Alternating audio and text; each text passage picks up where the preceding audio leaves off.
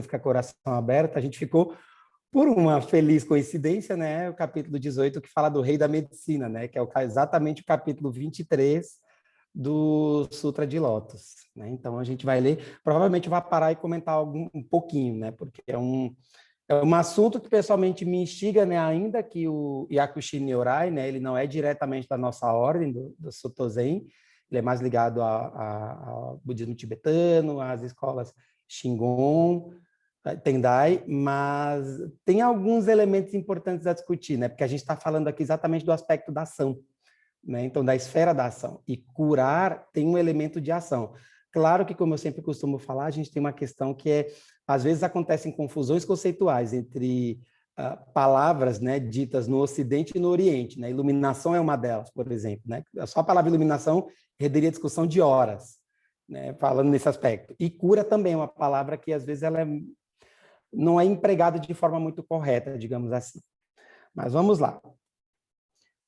O capítulo 23 do Sutra de Lótus, as atividades prévias do Bodhisattva, rei da medicina, introduz um outro grande Bodhisattva, Vaisajyaraja, o rei da medicina.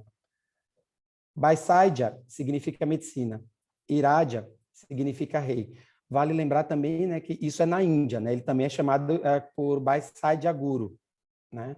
E na China que, digamos, muda o status, né, desse Bodhisattva, que aí é quando ele é elevado, né, o budismo chinês o eleva à categoria de Nyorai, né, de um Buda, mas na Índia ele é Vaisajyaraja como Shiva Nataraja, né, que é o Shiva, o rei da dança, por exemplo, né, da mesma origem. Exatamente como Sadaparibhuta, esse Bodhisattva também é um modelo de ação iluminada. O rei da medicina realiza os ensinamentos do Sutra de Lótus em um outro plano de ação, a esfera da devoção, fé e gratidão. Veja que não seja a palavra cura, isso vale salientar, porque cura, se a gente for olhar a etimologia da palavra cura, né, do latim, cura vem de vigiar, né? Cúria, por exemplo, falando da religião, né, cúria vem desse mesmo lugar, né? Vigário, a palavra vigário vem de vigiar, que é essa questão do cuidado, né? Então, cura, mais do que ter essa coisa definitiva, cura, ela é mais meio do que fim. A gente acaba encarando muito cura como fim. E cura é meio, na verdade. Sem fé, os seres humanos não podem viver. Sem amor, não podemos verdadeiramente realizar a nossa plena humanidade. Praticamos o Dharma não apenas para obter conhecimento, mas para nos transformar em alguém amoroso, afetuoso e grato. O rei da medicina representa este aspecto. Os Bodhisattvas, no Sutra de Lótus, são os braços e as mãos de Buda realizando as suas várias ações.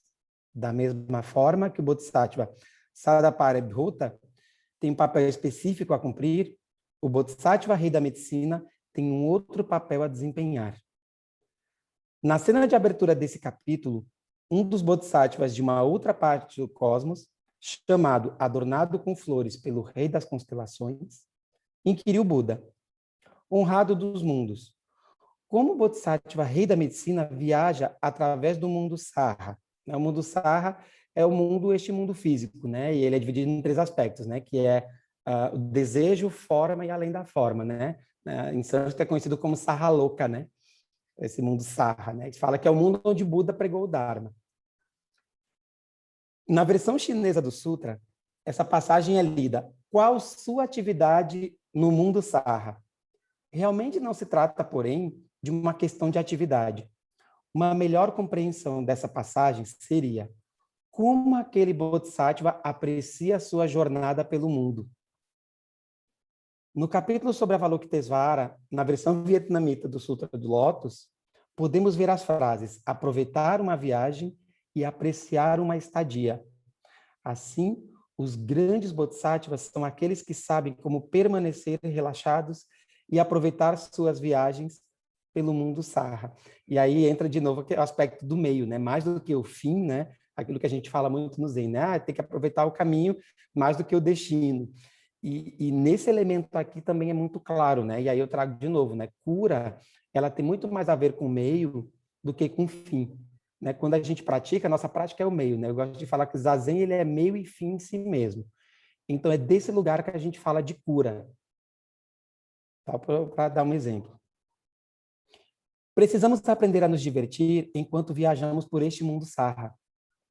Quando compreendermos isto, estaremos mais relaxados e não pensaremos na nossa vida como se fosse algum tipo de tarefa que devamos cumprir.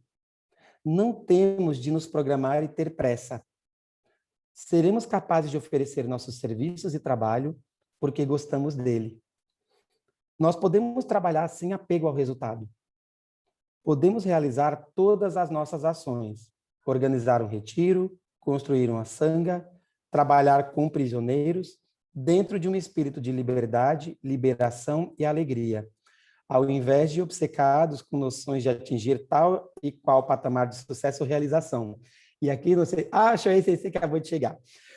Uma brincadeira que eu sempre faço aí, querido, uma brincadeira que eu sempre faço, ele sempre brinca, né, que às vezes a gente tem uma gíria que a gente fala muito, que é assim, né, quem sou eu na fila do pão? E eu costumo me falar para o Shuei que eu digo assim, eu nem estou na fila do pão, eu não sei onde é a fila do pão, como eu costumo falar nesse sentido, porque a gente é eterno praticante, né, e eu piorou, né, gente, assim, literalmente, né, eu não estou na fila do pão, então, essa questão da jornada, ela é muito importante, né, nesse sentido, e isso, gente, vale para a medicina, vale para cada um dos nossos trabalhos, vale para o Dharma, né? Vale para a prática, né? Não se chega a um fim. Eu posso ter 40 anos de prática e ser alguém que, vou usar um termo aqui do Sul, a gente patina, né? Na nossa prática, por assim dizer. Suponha que pessoas queiram construir um templo e aí tiram medidas e fazem plantas, estimam o custo do trabalho e dos materiais, escolhem a cor das telhas, ladrilhos e azulejos, e assim por diante. Mas fazem tudo isso contentes e relaxados, como alguém aproveitando um feriado. Sem esse espírito de liberação, mesmo os Budas e Bodhisattvas não seriam capazes de desfrutarem seu tempo no mundo sarra. O sutra, em 42 capítulos, o primeiro sutra a ser traduzido para o chinês, do século II da Era Comum, contém a linha: o Dharma que ofereço tem a prática da não prática, a ação da não ação. Isso na China se fala muito, né? A questão do Wu Wei, do agir e não agir. Né? E na psicologia tem uma coisa que se vem estudando cada vez mais, né? Chamada de flow, né? Quando a gente faz algo que a gente aprecia muito, ou eu preciso estar muito inteiro ali, a gente chama de flow. Mesmo algo dito estressante, entre aspas, que eu digo aqui, como uma parada cardiorrespiratória, por incrível que pareça, né? Existe um protocolo quando uma pessoa tem uma parada, e eu preciso falar disso porque estamos ainda em meio a uma pandemia, e isso acontece com pessoas da área da saúde.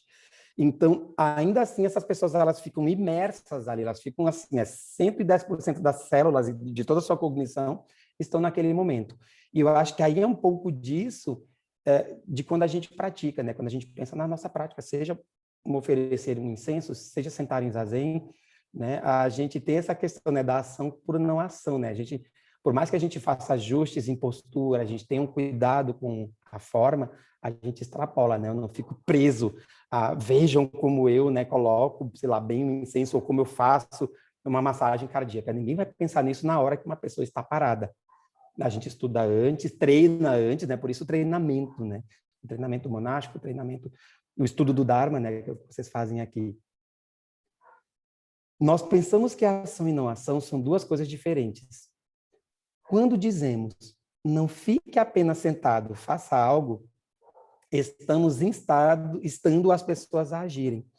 Mas se alguém está num estado deplorável, se não tem paz suficiente, entendimento suficiente, inclusividade suficiente, se ainda tem muita raiva e medo, então não apenas suas ações não terão valor, como podem até mesmo ser prejudiciais. E aí, gente, eu vou acabar fazendo ao longo do capítulo um comparativo com a medicina, porque na medicina a gente fala disso, né? Existe uma coisa chamada, vou falar um termo esquisito, iatrogenia, o famoso erro médico, né? Quando, por exemplo, a gente vê na mídia uma pessoa, uma médica, né, nebulizando cloroquina, isso é um exemplo de má prática, é um exemplo de iatrogenia. Ela até talvez partir do princípio bioético eu quero ajudar, eu quero ser benevolente, mas ela está usando o meio expediente que sabidamente é prejudicial. Então, é desse lugar que a gente também tem que ter cuidado, né? Com a fala, com as ações. Eu até posso ter o princípio bioético da beneficência, né? Eu quero ajudar, eu quero salvar os seres, mas a que custo, né? E com que instrumentos eu vou fazer isso? A qualidade da nossa ação depende da qualidade do nosso ser. A ação hábil surge da base do ser. E ser é não ação, né? Dogen Samar fala do Udi, né? Nós somos o tempo. A gente está aqui, eu acabei de sair de uma aula agora que eu estava falando de ciclo de vida com os alunos, né? Uma paciente que tinha múltiplas demandas, 56 anos, com um monte de história para contar. Era a primeira consulta dela, tem um termo pejorativo que se usa na área da saúde, se chama de paciente poliqueixoso. E eu não gosto desse nome, porque parece que a pessoa veio reclamar da vida. E não, o que eu falei, né, para os alunos foi, ocorreu uma mistura das coisas que vocês querem tanto focar, que é a doença, que é a coisa que vocês querem estudar na medicina, com a história de vida dela. Então, uma coisa é ter COVID, o que vai estar descrito nos manuais, mas qual é a experiência de alguém que teve COVID? Que dores essa pessoa tem? Quais foram os medos dessa pessoa? Né? Então, entre esses outros elementos que a gente tem que levar em conta, claro, no aspecto relacional daí. Assim, a calma, a mente atenta, a qualidade totalmente presente no nosso ser, a qualidade de nossa não ação já é um tipo de ação nesse sentido. A gente fala na medicina que o nosso silêncio também é terapêutico, né? Quando tem uma pessoa que chora, por exemplo, luto, né? Uma pessoa de luto. Às vezes a gente fica procurando meio expediente, toma um copo d'água, a gente fica na ânsia de querer fazer que aquela pessoa pare de chorar a todo custo. Mas às vezes é mais pelo nosso incômodo pessoal do que querer de fato que aquela pessoa pare de chorar. E às vezes ela precisa fazer esse processo, quando a gente está falando de luto recente, e às vezes só a nossa presença é suficiente. E a gente fala que o silêncio é terapêutico, né? Isso, se tem alguém da psicologia que vai entender até melhor do que eu, né? Quando se faz terapia, tem esse silêncio terapêutico, e também nos atendimentos a gente faz isso com muita frequência, né? Eu que atendo pessoas acamadas, e familiares, né, familiares muito sofridos, sobrecarregados, que às vezes eles desabafam e choram, né? E às vezes ao apenas estar e ouvir, ele dá conta. E isso é curativo também. Há aqueles entre nós que parecem não fazer muito, mas sua presença é praticamente crucial para o bem-estar da situação imediata em si mesma, assim como para todo mundo. Talvez haja alguém assim, numa família, que não esteja o tempo todo ocupado, que não ganhe muito dinheiro, mas cuja ausência, ainda assim, seria muito problemática para a família, pois aquela pessoa contribui com a sua não ação, com a qualidade do seu ser. Imagine uma embarcação de refugiados apanhados numa tempestade em alto mar. Se todos entrassem em pânico, começariam a pular e correr de um lado para o outro, apressada e amedrontadamente, podendo desestabilizar o barco e até mesmo causar seu naufrágio. Se houvesse, porém, uma única pessoa que mantivesse a calma e que, com sua equanimidade, dissesse: queridos amigos, permaneçam onde estão e fiquem sentados quietos, tal pessoa poderia salvar o grupo todo. Mesmo que não fizesse nada, apenas mantivesse a calma e ajudasse os demais a recobrarem a sua, né, sua calma, dessa maneira uma catástrofe seria evitada. Isso é a hábil não ação. É a qualidade do ser à base de toda boa ação. E isso aqui isso também é fruto de, obviamente, treinamento, né? E eu falo treinamento nosso aqui, mas trazendo para o mundo sarra, propriamente dito, né? Para o mundo da saúde, transpondo para aquilo que eu conheço, isso também é preciso, né? Ninguém fica gritando durante uma parada cardíaca, né? Ninguém fica gritando de maneira estabanada, né? Existe um norte, né? Vai ter alguém que fala: me dá adrenalina, me dá o tubo, me dá isso. É uma ação coordenada. É quase, se a gente vocês lembrarem, né, de uma cerimônia, de uma liturgia, né, de um ofício, seja da manhã, seja qual for um ofício nosso, né? Essa questão coordenada também ela vai acontecer num outro cenário, né? Quando a gente tem sinos, instrumentos, vozes, passos do oficiante, movimentos de dixa, né? É algo equivalente. A gente tem, por exemplo, uma parada cardíaca. Então, só para trazer esse comparativo. Devemos observar o interior de cada ação para enxergarmos sua base, a qualidade de ser a partir da qual ela emerge. Às vezes você pode não fazer nada e ainda assim estar fazendo muito. Às vezes você pode fazer demais. Pode estar sempre muito ocupado atendendo muitas coisas, mas na realidade não realiza muito, pois suas atividades provêm de um lugar de luta que o deixa esgotado e incapaz de experienciar a paz e a alegria do momento presente. E aí é uma coisa que eu abro parênteses, né, que a gente vem enfrentando muito uh, neste mundo agora de janelinhas, né, virtuais, que é um fenômeno chamado ubiquidade, né? Então, se vendeu por muito tempo que a gente é multitarefa, né? Ah, não, eu consigo, né? Tipo, estou aqui conversando com você sobre o Suta de Lotus enquanto eu respondo o e-mail, e aí, gente, só um pouquinho tocou o telefone, e a gente não consegue, porque a nossa cognição ela tem um foco definido, né? Ela tem um desvio. A psicologia provou muito bem, inclusive agora com a pandemia. Então, eu consigo fazer bem uma coisa, eu consigo estar aqui com vocês, discutindo, refletindo. Se toca o telefone ou se surge um e-mail e eu sinto a ânsia de responder, eu me desestabilizo. Então, a gente não é multitarefa, ao contrário do que se diz, os smartphones podem até ser multitarefa, nós não. E somos nós que vamos fazer a gestão disso, que temos que fazer a gestão disso neste mundo de janelinhas, né? Onde tem tanta palestra, tanta live, tanto grupo, e aí se a gente, né, mescla isso com as outras janelinhas das nossas vidas, vira uma confusão. Então, a gente não é tão multitarefa assim, e aí é importante exatamente observar, porque a gente acaba entrando em esgotamento. Então, às vezes, literalmente, eu preciso parar. E até sentar em zazen. E sentar em zazen até fora das janelinhas. Dá licença, vou ali, pego meu zafu e sento. Eu faço isso com muita frequência, inclusive, né? Eu aviso, às vezes, para as pessoas aqui, né? Eu sou de Porto Alegre, né? Para quem não me conhece, acabei não me apresentando, inclusive. Eu sou de Porto Alegre, né? Sou praticante aqui do Via Zen, Vila Zen. E de formação, como que o Rossan falou no início, né, médico de família. E às vezes eu digo, gente, nem sempre eu estarei no zazen online com vocês, porque às vezes eu quero estar eu e meus zafu e a parede, muitas vezes. Então, até vai estar a janelinha lá, vou deixar minha janelinha, mas eu estarei no meu zafu. Venho, converso, interajo, mas eu preciso também fazer essa caminhada. Então, é um pouco isso aqui que ele traz, né? Há até mesmo aqueles que abordam a prática budista dessa forma. Eles praticam arduamente, meditando 12 horas por dia, recitando sutras, evocando o nome de Buda, e ainda assim não são totalmente transformados. Sua raiva, frustração e ressentimento ainda estão lá. Por isso eu gosto de falar, né? Que eu sou eterno praticante por isso, né? Porque eu sempre estou voltando, assim, a gente dá um passinho, dá 10 para trás, um passinho, 10 para trás, porque é isso, assim, e é interessante ele falar disso, né? Que às vezes a gente fica pensando, já escutei algumas pessoas falarem, né? Parece que pensa que se acumula horas de voo, né? Sentando em zazen, parece que são horas acumuladas, e não são.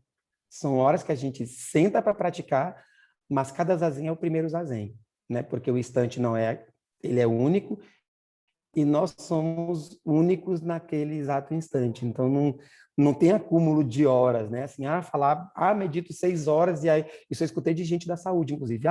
Estou, sei lá, fazendo uma outra prática, fazendo Vipassana, fazendo Mindfulness, algumas horas por dia, e ainda assim estou chateado, estou com raiva diante da pandemia. Eu digo, bom, mas a pandemia é o que a gente tem nesse momento. Então, alguns elementos vão surgir. Talvez seja mais importante observar isso do que ficar contando essas horas, do que ficar fazendo esse somatório, né? Não que não seja importante, porque, bom, zazen é a nossa prática central, né? Mas eu não fico, né, soma um período, ninguém vai fazer isso, né? Num zazenkai, né? Por exemplo, num seixin, né?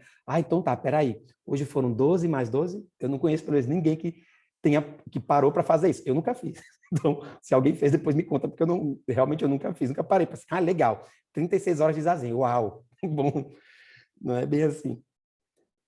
Meu Dharma consiste em empreender a ação da não ação, a prática da não prática, a fim de alcançar a realização da não realização. Esta linha do Sutra, em 42 capítulos, nos informa que não deveríamos ser pegos pela forma externa, que não deveríamos fazer discriminação entre ação e não ação, entre ser e agir.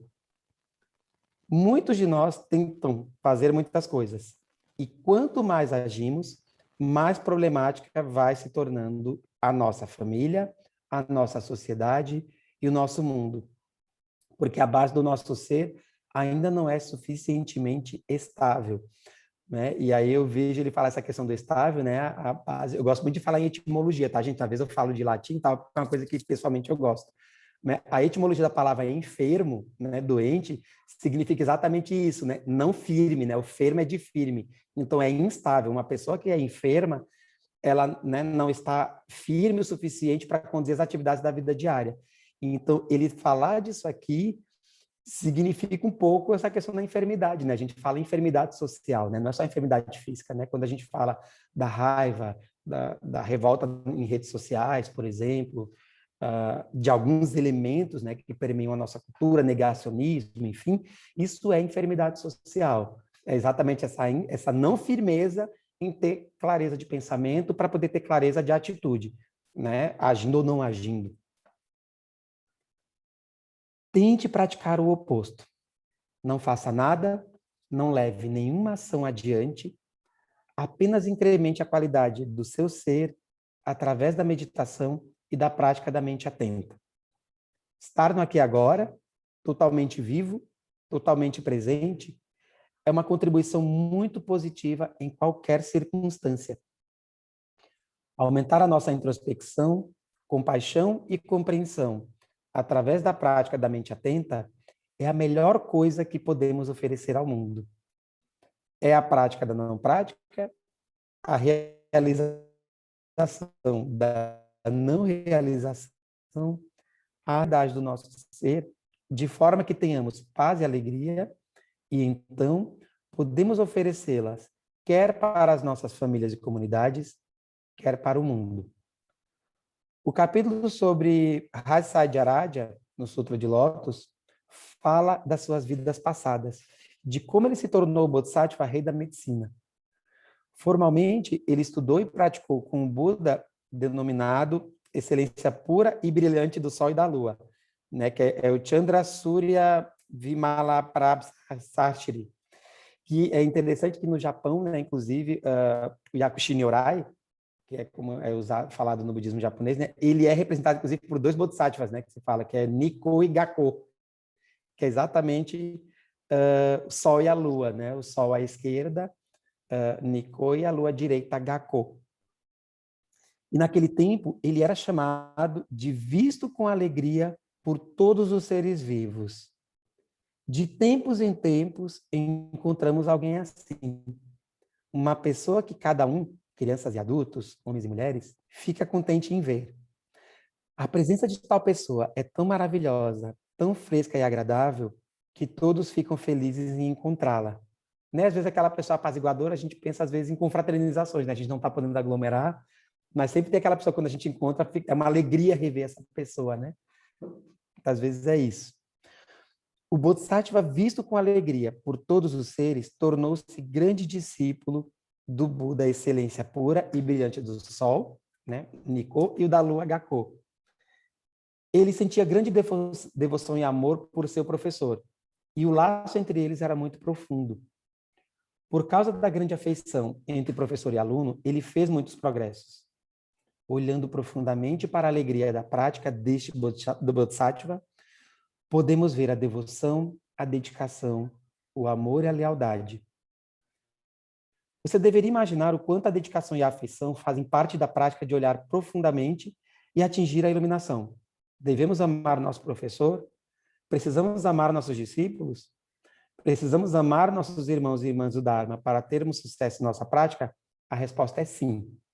E aqui o Nyoze, né, quando se fala, né, assim como ele, é muito forte. Porque a gente tem as nossas dimensões humanas, né? Tem um filósofo que eu gosto muito, né, que é o José Ortega y Gasset, que fala, né, eu sou eu e as minhas circunstâncias. Então, a gente, quando aprende a amar as pessoas, os irmãos de caminho, os familiares, o mestre ou mestra, né, a gente ama ele, inclusive, com as circunstâncias, né? A gente aprende a observar e compreender, né, pelo menos. Se ainda eu não consigo, digamos, entrar no cerne desse amor, de algumas limitações, de coisas que, enfim, nós temos a questão de apego e aversão, não adianta, talvez entender, né? Fazer essa transformação, né? Pegar os nossos dukkhas, né? As nossas incomodações, transformar em alguma coisa.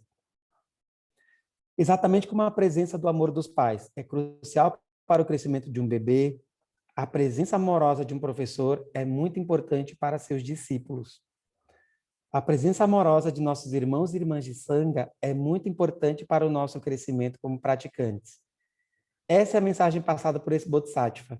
E é exatamente, acho que um pouco do que vocês fazem aqui, né? Como eu falei, eu lamento muito nunca estar com vocês em tempo síncrono, mas é como eu falei, é maravilhoso ver de forma assíncrona, porque eu sempre estou em aula nesse horário, porque é esse movimento, né? Essa questão dessa aproximação, essa liga, no bom sentido, né? De estar junto, praticando, se ouvindo, se vendo. Isso é o que faz uma comunidade, né? E ela é feita de amor de alguma forma. Necessitamos de amor e afeição, de calor e nutrição para crescermos e progredirmos no caminho. Visto com alegria por todos os seres, progrediu bem em sua prática espiritual. Foi capaz de realizar a liberdade e a visão da dimensão suprema e atingir o samadhi que apresenta todas as formas dos corpos físicos. Ele não se identificava mais com seu corpo físico e podia manifestar vários corpos de emanação para ajudar muitos tipos de pessoas. Se precisasse se manifestar como uma criança, ele se tornava uma criança. Se precisasse se manifestar como mulher, ele tomava uma forma feminina. E precisasse se tornar negociante, ele podia se manifestar como um negociante. Ele sempre aparecia da forma mais apropriada para a situação, o que lhe permitia fazer emergir um sentimento de alegria às pessoas que encontrava. Ele não estava preso à ideia de que o corpo é algo fixo, permanente. Ele era capaz de manifestar-se em muitos corpos de transformação, exatamente como o Buda e Avalokitesvara fazem a fim de ajudar vários tipos de seres. E aqui é interessante falar, eu estava falando da questão da cura, né? Porque vejam que existem várias formas de ajudar, né? E, inclusive, quando a gente fala na saúde, tem uma frase que Hipócrates fala que, assim, sempre ecoa para nós, né, enfermeiros, psicólogos, médicos, que é, a gente sempre fala, né, curar quando possível, aliviar quase sempre, consolar sempre. A gente sempre fala disso, que são frases do Hipócrates, isso sempre nos ocorre, porque, como eu falei, né, a cura ela é só o meio, então a gente trabalha com algumas ferramentas, assim, a cura é um dos elementos que a gente usa, digamos assim, né? Mas tem a questão do alívio e tem a questão do consolo. E pensando, né, no mundo sarra, né, forma, desejo, forma e não forma, a gente tem uma pílula, um comprimido, e aí eu vou ter medicações injetáveis, mas eu também tenho o aconselhamento à palavra, né? Quando eu faço educação em saúde, né? Vamos falar de higiene do sono, é uma coisa que a gente fala para pessoas que têm insônia. Isso não é remédio, é literalmente um passo a passo de como dormir melhor. Então, tem muitos elementos que a gente pode usar. E na nossa prática isso também é bem claro, né? Tem muitas formas de ajudar os seres, né? Muitas formas de manifestar os votos do Bodhisattva, né? Que a gente sempre faz. Quando o Bodhisattva realizou sua capacidade de aparecer em todos os tipos de corpos de emanação, seus sentimentos de amor e gratidão para com seu professor tornou-se mais forte. Com a ajuda do seu grande amor e gratidão, e com um profundo vislumbre da sua natureza suprema, ele foi capaz de abandonar seu corpo muito facilmente. O Sutra nos conta que, como um oferecimento ao Buda, e para demonstrar sua percepção de que o corpo não é um ser permanente e imutável, ele verteu óleo perfumado sobre si mesmo e permitiu-se ser queimado pelo fogo. Essa é uma demonstração muito radical de sua liberdade e visão, a qual se originou de um profundo amor. Temos aquela imagem clássica, né, do monge, aquela manifestação daquele monge que ateu o fogo em si, né, no Vietnã, nos anos 60. Aquilo ali é extremo, é impactante, mas talvez tenha essa visão de ir além, né, dessa visão e de libertação, por assim dizer. Muitas pessoas, ele começa falando exatamente disso. Muitas pessoas sabem dos monges vietnamitas que se imolaram na década de 60. Essa prática tem suas raízes deste capítulo do Sutra de Lótus. Né? Quem gosta de rock, né? Eu vi o Choshin San tá aqui, né? A capa do primeiro álbum do Rage Against the Machine, né? Que é exatamente o monge aquele, que é exatamente eles usaram isso, né? A imagem daquele monge que está sentado em zazen, pegando fogo, na frente de tanques e carros. Por terem realizado a visão da sua suprema natureza e não estarem mais apegados à ideia do corpo físico como ser, os monges estavam livres para usar seus corpos para transmitir uma poderosa mensagem. Eles transformaram seus corpos em tochas humanas a fim de iluminarem o sofrimento do povo vietnamita. Somente aqueles que estão verdadeiramente livres, os que reconheceram profundamente a dimensão suprema, podem fazer esse tipo de ação. Quando percebe que a sua presente forma física não é uma entidade fixa e permanente, a qual pode assumir e assumirá muitas formas, então você terá a coragem de abandonar seu corpo sem sofrimento. E aí a gente fala, né, que uma das nossas práticas é literalmente perder o medo da morte. Não é que neste momento, nesse instante, a gente vai precisar se imolar, mas até ter a coragem de saber que talvez teria um momento para isso.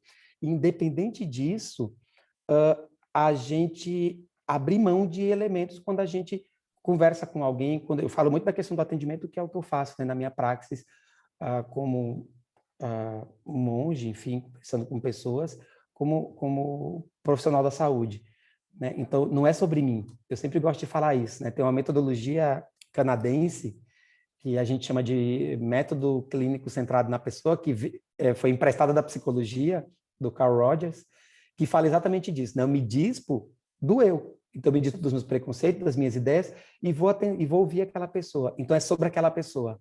Não é só sobre o que eu li nos livros, né? É sobre a história de vida daquela pessoa. Que marcas ela traz, que traumas ela traz, até que entendimento da doença que eu li no livro essa pessoa tem.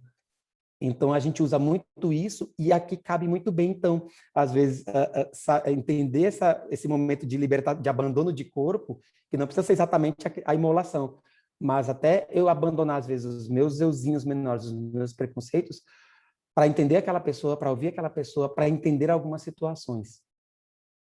Inclusive a pandemia, né? Uma coisa que eu mais ouvi dos profissionais da saúde, que me perguntam muito é como é que eu faço para não ter raiva, né? Porque a gente está ralando nas UTIs aqui no Brasil e as UTIs ainda seguem cheias, a gente chegando aí nas 400 mil mortes, né, em um ano e pouco de pandemia, e como é que eu não vou ter raiva, sei lá, vendo festas, aglomerações, enfim.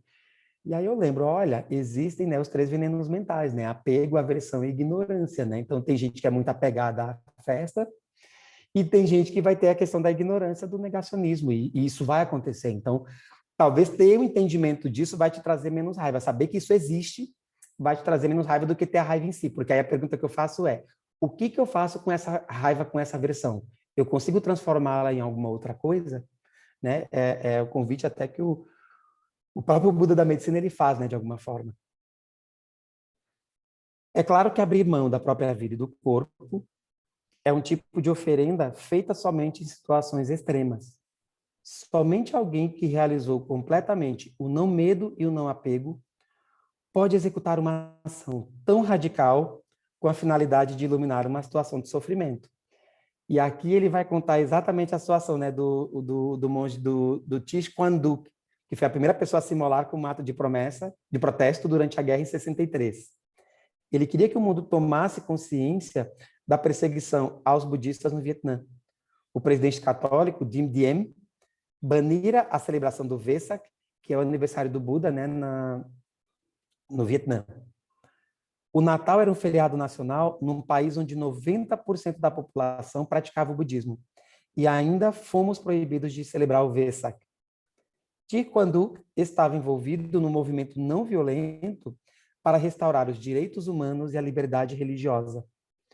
Ele escreveu muitas cartas compassivas, pedindo que o governo parasse urgentemente com a perseguição aos budistas, mas a repressão continuou. Um dia, ele pediu para outro monge levá-lo até um cruzamento movimentado no distrito Cholon, em Saigon. Ele verteu gasolina sobre si mesmo, sentou-se no meio da rua na posição de lótus e acendeu um fósforo. Depois de algumas horas, imagens do corpo do monge em chamas foram publicadas em jornais de diversos países. Desse modo, as pessoas ao redor do mundo souberam acerca da perseguição e do sofrimento do povo vietnamita. 1 ou 2 meses depois, o regime de Diem foi derrubado pelos militares e a política de discriminação contra o budismo terminou. Thich Nhat Hanh, ele fala, né, conheci Thich Quang Duc pessoalmente. Quando eu era um jovem monge, praticava com ele no Vietnã Central. E por algum tempo fiquei com ele em seu templo perto de Saigon. Em 63, eu estava em Nova York, ensinando na Universidade de Colômbia, e soube de sua morte através de um artigo, o qual era ilustrado com fotografia no New York Times. Muitas pessoas me perguntaram, tal ato não viola o preceito budista do não matar? E aí entra a história do purismo, né? Às vezes a gente tem uma questão de ter um cuidado com as traduções, mas às vezes a coisa de ser muito literal é perigosa, né? Quando a gente vem para o CAI, quando vai falar dos preceitos éticos, né? Assim, escrevi uma carta ao reverendo Martin Luther King, explicando a ele que o ato do monge não fora suicídio. Um suicida é alguém que está tão devastado pelo desespero que não quer mais viver. E é isso, né? Eu conversei hoje mesmo, conversei com a esposa de um paciente meu que se suicidou, e eu fui a última pessoa com quem ele conversou. Ele estava tão obnubilado que ele não conseguiu se abrir. Eu fiz um curso de, sei lá, 180 horas sobre suicídio, tem uma série de ferramentas que a gente usa, e ainda assim ele se suicidou. E claro, né, uma coisa que acontece numa situação dessa, a primeira coisa que nos ocorre é o que foi que eu não fiz, o que foi que eu deixei de fazer. Surge a culpa, né, o elemento mais forte. Surgiu em mim, como profissional da saúde, surgiu na esposa do paciente. A gente teve boas conversas depois, e a questão é que existe uma coisa chamada obnubilação, né? A pessoa fica tão com um pensamento tão turvado que ela não consegue ver outra solução para o fim do seu sofrimento que não por fim a própria vida. Então, é isso aqui que ele está explicando. Na verdade, é muito diferente. Alguém que se mata, o suicídio em si, ele é carregado de muitíssimo sofrimento. Aqui é uma outra questão. Você está falando de libertação. É extremo? É extremo. Mas, de alguma forma, aqui nesse contexto foi necessário. Eu sabia que Thich Quang Du amava a vida e queria unicamente que todos os seus amigos e todos os seres vivos pudessem viver em paz. E aí tem a questão da pandemia, né? Por exemplo, muitos de nós, infelizmente, ontem mesmo faleceu uma colega minha médica, né? 37 anos, uma médica da Santa Casa, intensivista, uma menina brilhante que eu conheci e que estava em linha de frente, né? Então, a linha de frente é um pouco isso, né? Assim, a gente perde o medo e não, vamos lá. Então, eu não gosto da palavra herói, né? Se usou por muito tempo a coisa do herói, né? Para profissionais da saúde, eu pessoalmente não gosto. Não é herói. Se for para ser herói, eu posso falar, né, que é tão heróico quanto, né, oficiar uma cerimônia. E é a mesma coisa. Com a questão que eu estou exatamente executando uma série de elementos preciosos, né, manifestando o Dharma de Buda numa sala de Buda, e eu estou em linha de frente fazendo o que eu tenho que fazer, que é o meu ofício, né? A gente faz um treinamento, faz uma formação para isso. Então, isso não é nada especial. A gente tem medo, né? O que vários de nós falam, né? A gente tem medo, a gente adoece, né? Eu adoeci, fiquei com uma sequela do Covid, e até hoje me persegue, né? Hipertensão intracraniana, eu fiquei com dores de cabeça terríveis que me tiram da cama às 3 da manhã.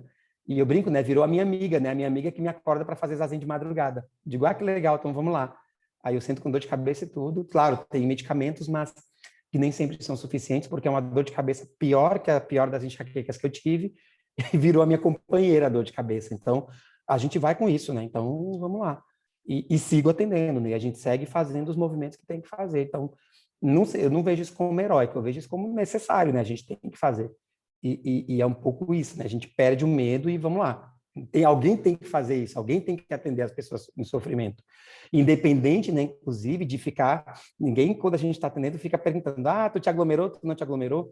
A gente não perde tempo com isso, né? Isso nos anos 80 foi feito muito no advento do HIV, né? Pessoas que adoeciam tinham um elemento de culpabilização muito forte. E foi um movimento, todo um movimento para falar, olha, peraí, não é o nosso papel ficar culpabilizando a pessoa querer colocar 2 pesos, 2 medidas, tipo, uma pessoa que contraiu HIV numa transfusão sanguínea é mais digna, entre aspas, do que alguém que contraiu numa relação sexual. Então, a gente teve que sair desse lugar para falar, não, peraí, HIV é HIV para todos os seres, e vamos atender. Então, é um pouco isso, né, assim, inclusive que o monge fala, né, de querer que todo mundo possa viver em paz, e esse elemento de cura tem isso. Não, vamos lá. Não é sobre mim de novo, né? Quando Jesus morreu na cruz, ele o fez em favor dos seres humanos. Seu sacrifício não se originava do desespero, mas sim de seu grande amor pela humanidade. É exatamente isso que motivou Tirquanduque. Ele agiu não movido pelo desespero, mas pela esperança e pelo amor. Ele estava livre o suficiente para oferecer seu corpo a fim de transmitir ao mundo a mensagem de que o povo vietnamita estava sofrendo e que nós precisávamos ajudar. Por causa de sua grande compaixão, ele foi capaz de se sentar muito serenamente, em perfeito samadhi, em perfeita concentração, enquanto as chamas o engolfavam. Um ato dessa natureza é uma oferenda muito profunda. O que está sendo oferecido? A manifestação em ação de nossa bodhicitta, a nossa aspiração de praticar de todo o coração e realizar a iluminação, a fim de ajudarmos a levar todos os seres vivos para a margem da libertação.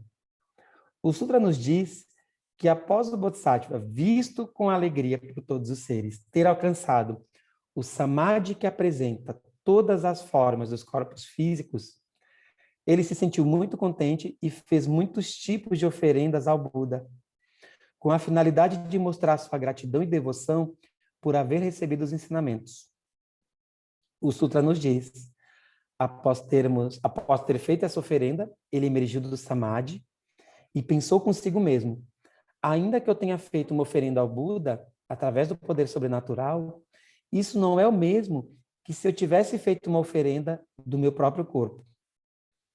O Bodhisattva queria oferecer algo mais, a coisa mais preciosa, seu próprio corpo.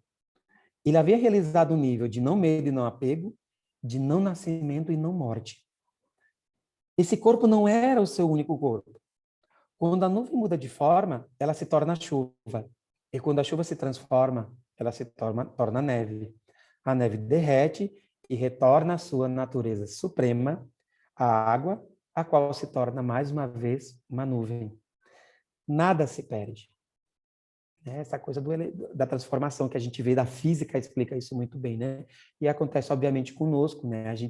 A nossa pele, a cada 30 dias, ela é totalmente trocada, é que a gente não vê. Quando a gente tira as roupas, células da pele vão junto para a máquina de lavar.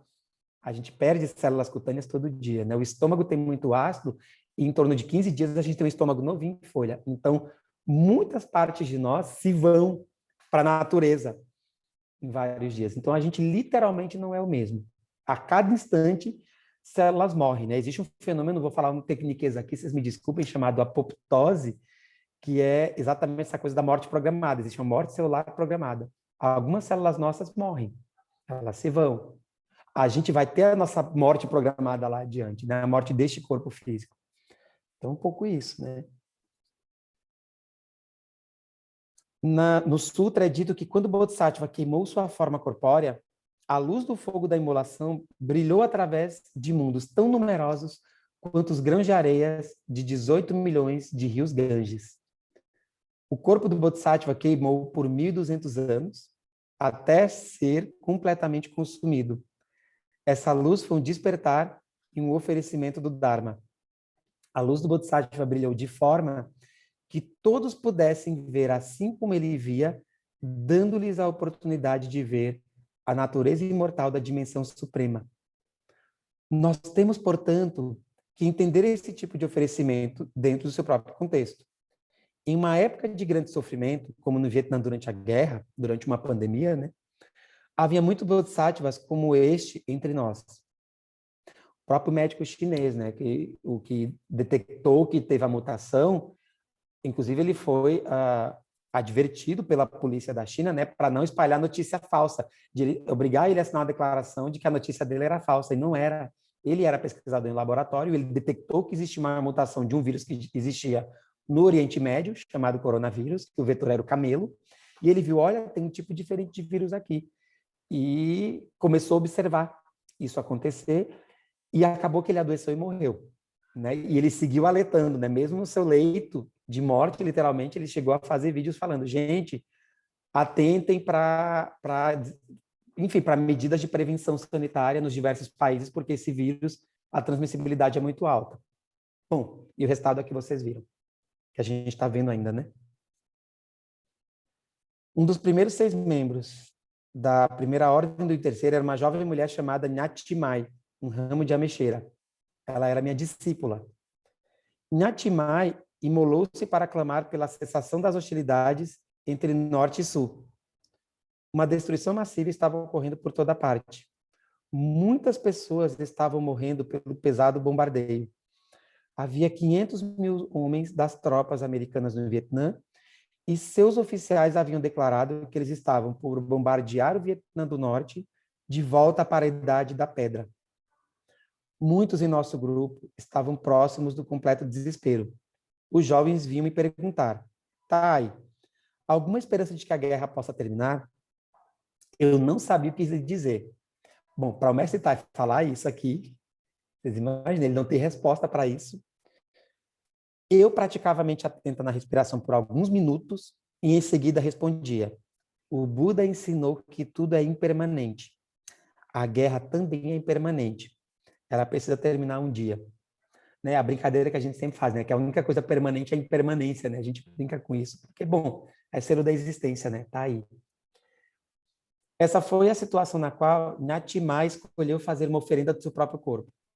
Ela tomou essa decisão sem consultar ninguém. Ela deixou cartas para seus pais, amigos e deixou também apelos escritos, clamando que as partes em litígio parassem.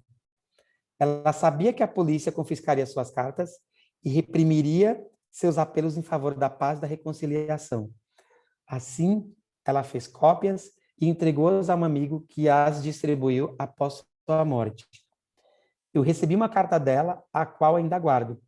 Nela, a monja dizia, afirma, né? Querido Tai, por favor, não se preocupe. A paz certamente virá. Isso é tudo. Ela escreveu isso apenas algumas horas antes de queimar a si mesma. Estava para morrer e ainda assim pensava somente em nós. Não queria que nos preocupássemos. Está claro que seu ato foi motivado por verdadeiro amor, não por desespero. Eu estava em Paris nesse momento, escrevi aos meus amigos da comunidade budista, solicitando que oferecessem homenagens para Nha Mai. Um amigo era conhecido como Monge Coco, porque gostava de praticar meditação sobre uma plataforma sobre um coqueiro. Era muito fresco e agradável lá. O Monge Coco havia estudado na França e se formado engenheiro, mas quando retornou ao Vietnã, resolveu se tornar monge. Em resposta à minha carta, já convidando-me para as comemorações em memória de Nha Mai, ele escreveu um tributo muito cativante. Mai, minha sobrinha. Ele dizia sobrinha ao modo vietnamita, né? Esse é um termo carinhoso. Estou queimando assim como você. A única diferença é que estou me queimando mais lentamente. Isso é bem forte até, né? De falar que está queimando, porque é o que eu digo, né? Por mais que eu tente estar sereno, eu digo, né? Um pouquinho de nós, eu sempre digo, né? O termo pandemia, ele vem de pan. Ele afetou cada uma de nós. Nós tivemos as nossas rotinas modificadas de alguma forma. Então, de alguma forma isso afeta, né? A gente pode contar, certamente, se eu for puxar aqui cada uma de vocês, vocês vão saber algum conhecido que faleceu, algum conhecido que ficou com sequelas, né? Eu tenho histórias longas para contar de perdas, né? Eu perdi, só de faculdade, eu perdi 3 professores na minha formação em medicina, né? Que faleceram só pelo Covid. E o meu cunhado perdeu 4 irmãs em menos de um ano. Então, tem histórias e histórias, né? E aí ele segue falando, né? Assim como a sua vida, a minha também está devotada à paz. E aí é interessante, porque apesar dessa queimadura, ele está se devotando à paz. Eu acho que é um pouco disso que a gente faz quando a gente tenta realizar os votos do Bodhisattva, né? Ainda que eu esteja em meio ao caos, em meio ao samsara, bom, vamos lá, seres são inumeráveis, faço o voto de salvá-los, né? Desejos são inexauríveis, faço o voto de extingui-los, portais do Dharma são ilimitados, faço o voto de aprendê-los, caminho de Buda é insuperável, faço o voto de me tornar esse caminho. A gente não fica mirando lá na frente, assim, você é igualzinho ao Buda, não é isso. A gente faz voto de tentar se tornar, então a gente vai seguir nessa tentativa, né, da salvação, de extinguir os desejos, de aprender os portais do Dharma e de se tornar o caminho de Buda. Então é isso, né? De fato, ele fez muitas coisas para educar as pessoas para a paz. Embora nesse tempo muitos pensassem que suas ações não eram muito iluminadas. Quando olhamos profundamente, porém, vemos que suas ações eram muito significativas. Ele organizou um centro de prática e convidou as pessoas a virem praticar meditação sentada, zazen. Ele coletou balas e fragmentos de bombas na região, derreteu-as e moldou o metal na forma de um sino de mente atenta. Ele dependurou o sino em seu centro de prática e tocava-o a cada manhã e tarde.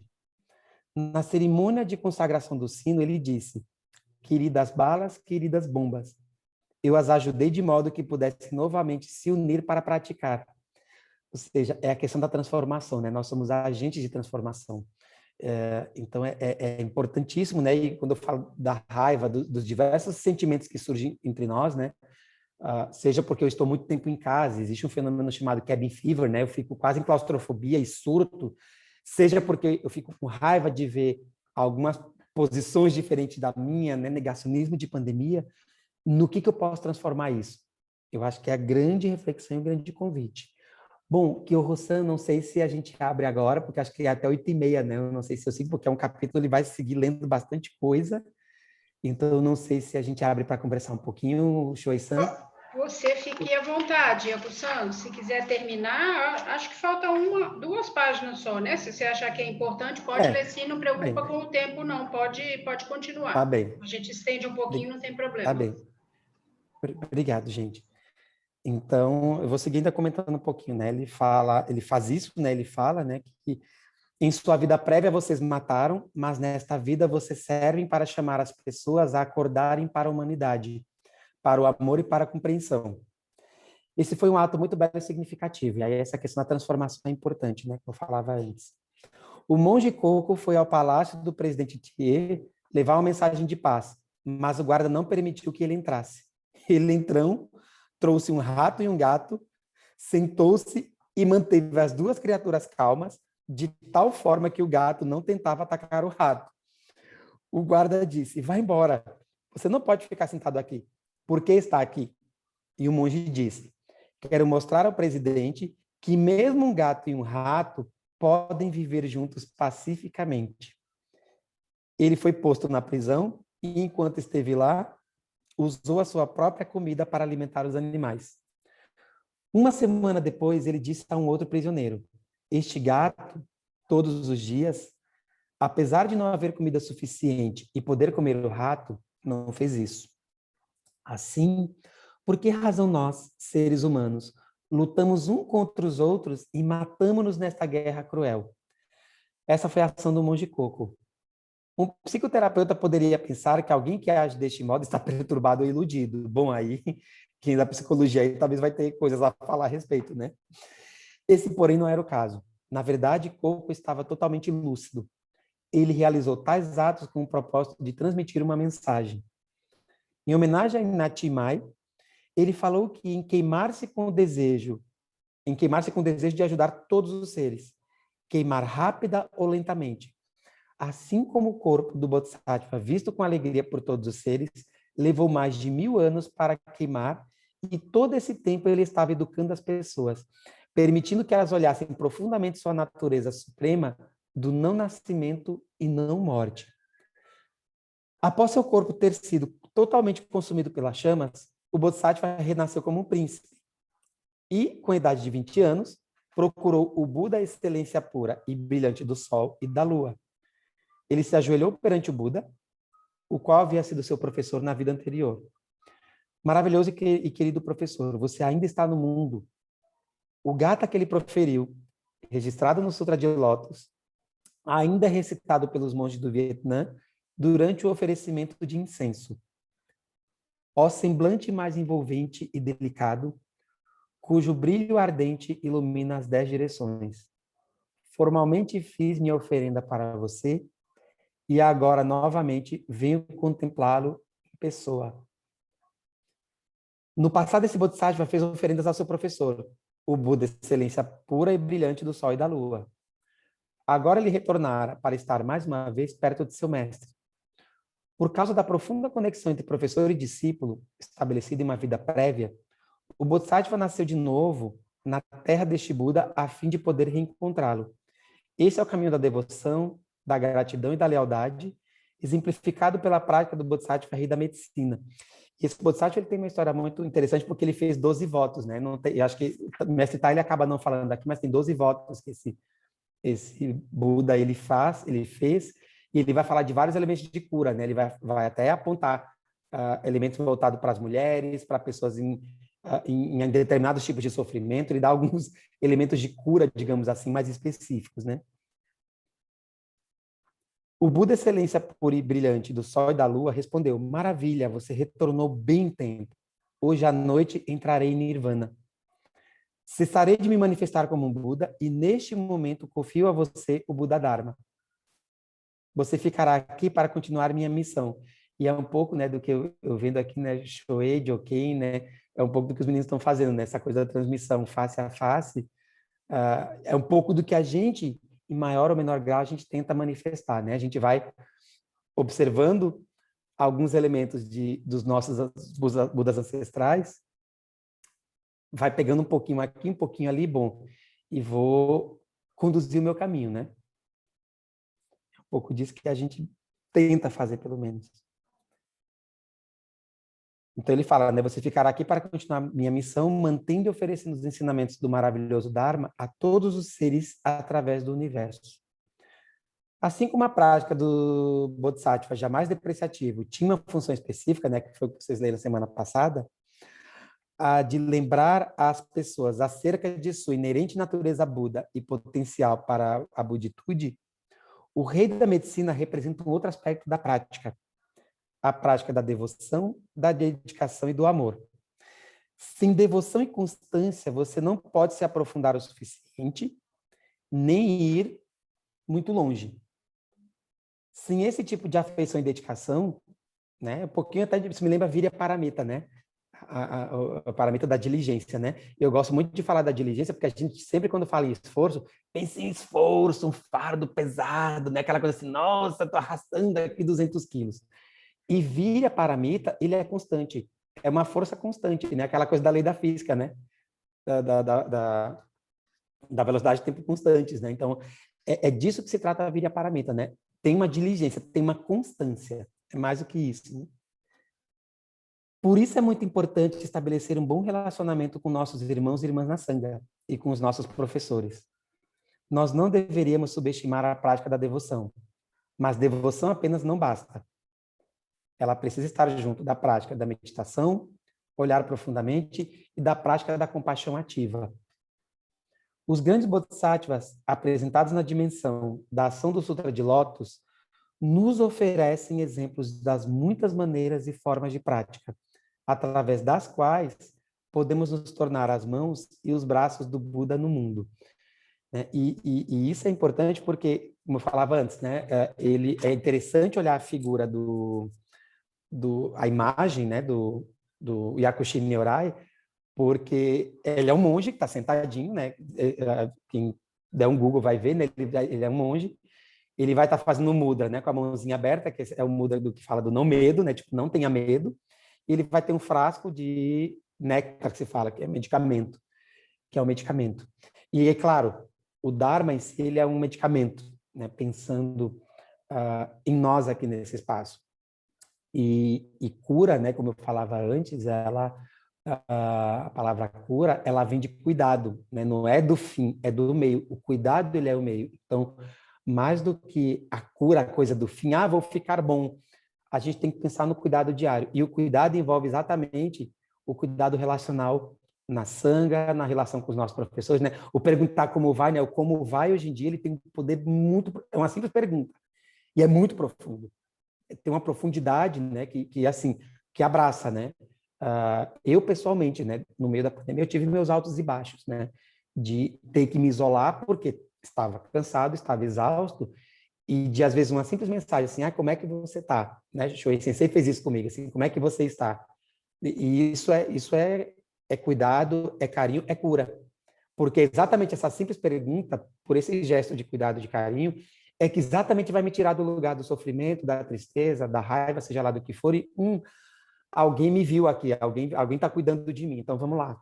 Então, é desse lugar, desse movimento que se constitui uma sangha. né? Então, é um pouco nisso que eu acredito, porque eu brinco, né, que eu convivo com múltiplas sangas, mas porque a gente está em meio à grande sanga terra, né? E eu falo disso porque eu trabalho diariamente com equipes atendendo pessoas acamadas e é em tempo real, né? Então, eu não trabalho numa sala. O meu consultório é a casa das pessoas, então eu estou em tempo real com a equipe de enfermagem, às vezes com o nutricionista e às vezes ali conversando com a família, interagindo.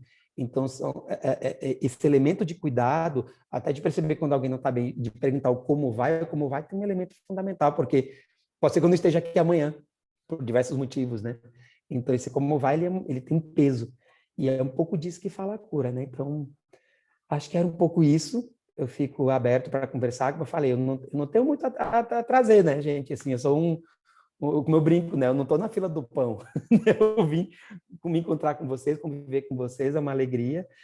Como eu falei, esse livro é lindo, eu estou lendo ele em tempo real com vocês, de forma assíncrona, né, em outro tempo. Eu termino minha aula, pego ele e dou a lida do capítulo da semana, porque é uma preciosidade, né? É muito bom vocês fazerem esse tipo de ação, e isso é ação de cura. Isso é manifestação do Yakushi Nyorai. Acho que era isso. A gente fica aberto que o San, Shoei, agradeço imensamente. Muito obrigado, querido. É um prazer enorme tê-lo aqui conosco essa semana. Muito obrigado pelo seu tempo, né? Você que, além de ser bombril, né? Além de ser médico da família, vai na casa dos pacientes, ainda tem aluno, dá aula, né? Então agora seria eu sei, né? Pela nossa amizade, que agora seria um horário seu de aula, né? Você estaria dando aula, né? Então, muito obrigado e desculpe por fazer você gastar o seu tempo conosco e nos dar com a sua preciosa generosidade, né? A generosidade é algo assim que te marca profundamente. Eu só tenho a agradecer.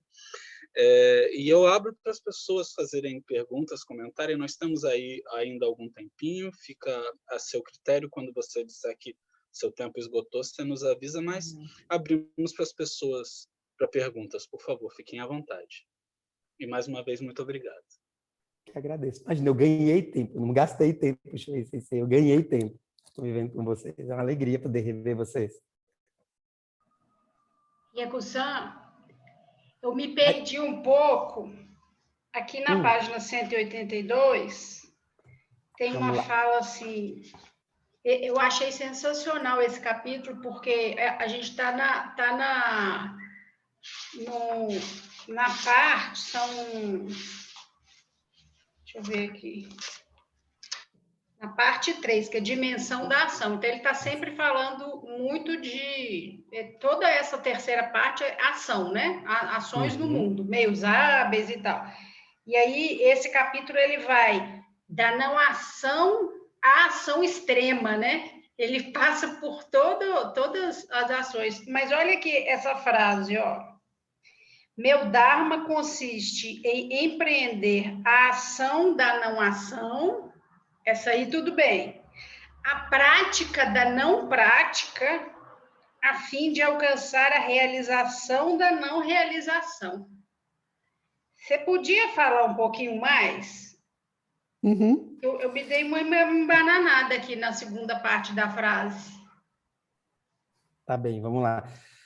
Bom, a ação da não ação está claro, a prática é da não prática, né? O zazen é essa manifestação, né? Quando a gente sente em zazen, né? Eu vou usar a palavra, tem um professor aqui no Sul, né? Que ele fala assim que as pessoas devem achar estranho ver esse bando de gente sentada igual um bocó. Ele usa a palavra bocó, eu acho sensacional. Esse bando de gente sentada de frente para a parede, porque é uma prática, né? Olha quantas formações mentais não estão acontecendo nesse momento, né? Eu sempre brinco, né? Parece que é muito pouco sentar, mas tem muita coisa acontecendo, né? Porque sempre quando as pessoas pensam em meditação, sempre se pensa em mantra, em barulho de passarinho, como eu digo, sempre se quer um guia, né? Que é alguém para conduzir. E, gente, tem muita coisa acontecendo. São 5 sentidos e mais a consciência. Então, parece que eu não estou fazendo nada, mas tem muita coisa acontecendo ali. E essa realização da não realização, eu acho que vem dialogar exatamente com o que Dogen-sama fala, né? De que prática é iluminação, né? E que iluminação é intimidade com todas as coisas. Então, essa não realização, e eu acho que é bacana ele falar isso exatamente porque ele está chamando a atenção que o lugar de não realizado também é realizado, né? O lugar do não saber também é um lugar maravilhoso, né? Porque a gente fica muito nessa a gente fala no voto do Bodhisattva, né? De realizar o caminho, né? Mas quando a gente fala em realizar, parece que a gente está se jogando lá para frente. E não, está aqui. Esse aparente não realizado, ele está acontecendo. Está sendo realizado aqui, no dia a dia, em meio ao sarra, né? Em meio ao próprio samsara em si. Então, é um pouco isso, né? Quando eu brinco, né, com a coisa, eu não estou na fila do pão, é disso que eu estou falando, né? É desse lugar de, ok, alguma coisa eu estou fazendo. Eu não estou mensurando se é algo sensacional, se uau, vai virar um Nyorai, não é desse lugar. Alguma coisa eu estou fazendo, né? Eu tô fazendo, mesmo que seja através da não ação, mesmo que seja através do silêncio, como eu falei antes, né? Do silêncio terapêutico, mesmo que seja, talvez até dizendo que não entendi, que é isso que eu, né? O fato de falar assim, não, eu preciso ler isso aqui mais de uma vez, isso acontece, né? Quando se estuda o próprio Sutra de Lótus, que tem trechos dele que, como tem esse elemento muito metafórico, poético, quase fantasioso, ele nos leva para esse lugar assim, nossa, de alguém que queimou por 1.200 anos. Opa, como assim? Né? Então, esse lugar do não entender, peraí, ok, não estou entendendo agora, mas eu vou lá e volto. Dogen-sama nos faz isso o tempo todo, né? Quando a gente se atreve, né, que é o termo que eu uso, a pegar o Shobogenzo para estudar, e a gente lê, às vezes na primeira leitura vai, emperra, né? Mas é o lugar onde eu estou. Então, é desse lugar que eu já estou realizando algo. Então, pelo menos que eu ouço, meu entendimento é isso, sabe? O não fazer, né? É o Wu Wei, que se fala na medicina tradicional chinesa, inclusive. Né? Essa não ação, ela, de alguma forma, implica em ação também. Isso acontece muito, por exemplo, vou pegar um exemplo bem trágico, tá? Tá? Covid, né? Impossível não falar dele. Tem um dos meios expedientes que se faz, que é a prona, você já deve ter ouvido falar, né? Que é virar o paciente deitado de bruços, né? Porque tem áreas do pulmão que não ventilam e eu preciso mudar a posição corporal da pessoa para que o oxigênio chegue naquele local que mais precisa. E é só fazer esse movimento e deixar a pessoa lá. Claro, ela está com oxigênio, mas é só deixar lá. E literalmente eu vou esperar que o corpo reaja. O que se chama de COVID longo, que é a síndrome pós-COVID, literalmente o corpo ele vai ter que dar conta. Existe uma coisa, vou falar um termo técnico, tá? Vocês me desculpem, chamado, né? Síndrome inflamatória multissistêmica. Isso significa que o COVID ele ataca vários órgãos do corpo. Então eu posso ter problema no rim. Tem muita gente infartando por causa do COVID, e é infarto mesmo, assim, dele entupir artéria. Eu estou atendendo muito nas casas, por exemplo, entupimento de artérias que eu não era acostumado a ver. Tipo, gente tendo o dedo da mão amputado porque entupiu a artéria.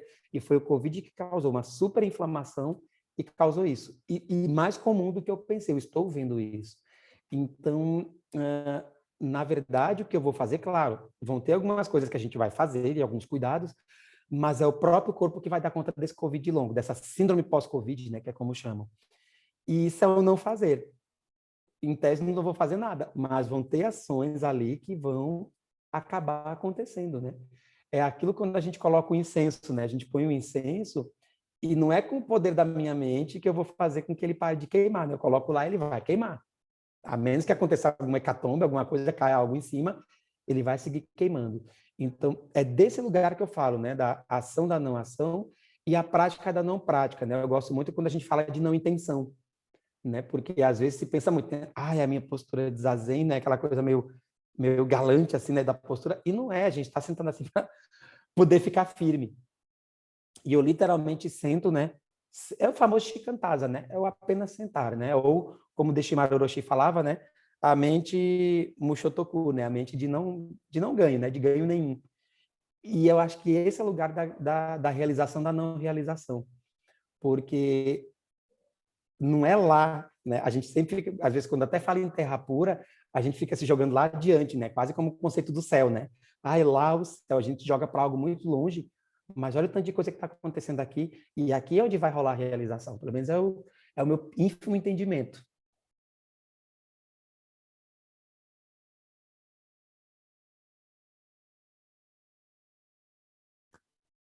O que mais?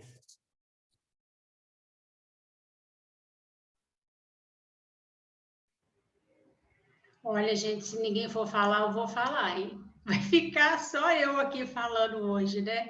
Não, acompanhando sua leitura, e eu tenho andado muito incomodada há algum tempo já, assim, com a não ação dentro do Zen, especificamente. Tenho queixado muito, Choição já deve estar de saco cheio. Ele tem abafado o caso, assim, abafa com bastante água, assim, tem me ajudado a dar uma acalmada. E você, Iaco-san, você está na frente da fila do pão, você vai pegar o pão saindo do forno, assim, porque é isso, sabe? Esse tipo de exemplo a gente precisa demais de gente que está lidando com as pessoas no dia a dia, sair dessa intelectualidade que ronda o Zen, que ronda as sangas, desse filtro que tem dentro das sangas, porque nós somos sangas elitizadas. Nós não acessamos as pessoas, nós acessamos um grupo minoritário de gente. E aí, quando a gente vê, né, esse tipo de meio hábil e de gente fazendo isso, levando o Zen para qualquer pessoa que seja, né, em todas as áreas, e principalmente nessa área da saúde, é um alento, assim, a gente vê que existe a possibilidade, a gente precisa pelo menos se movimentar para isso, para ir para o meio da sociedade, fazer algum movimento com as pessoas, com todo mundo, né?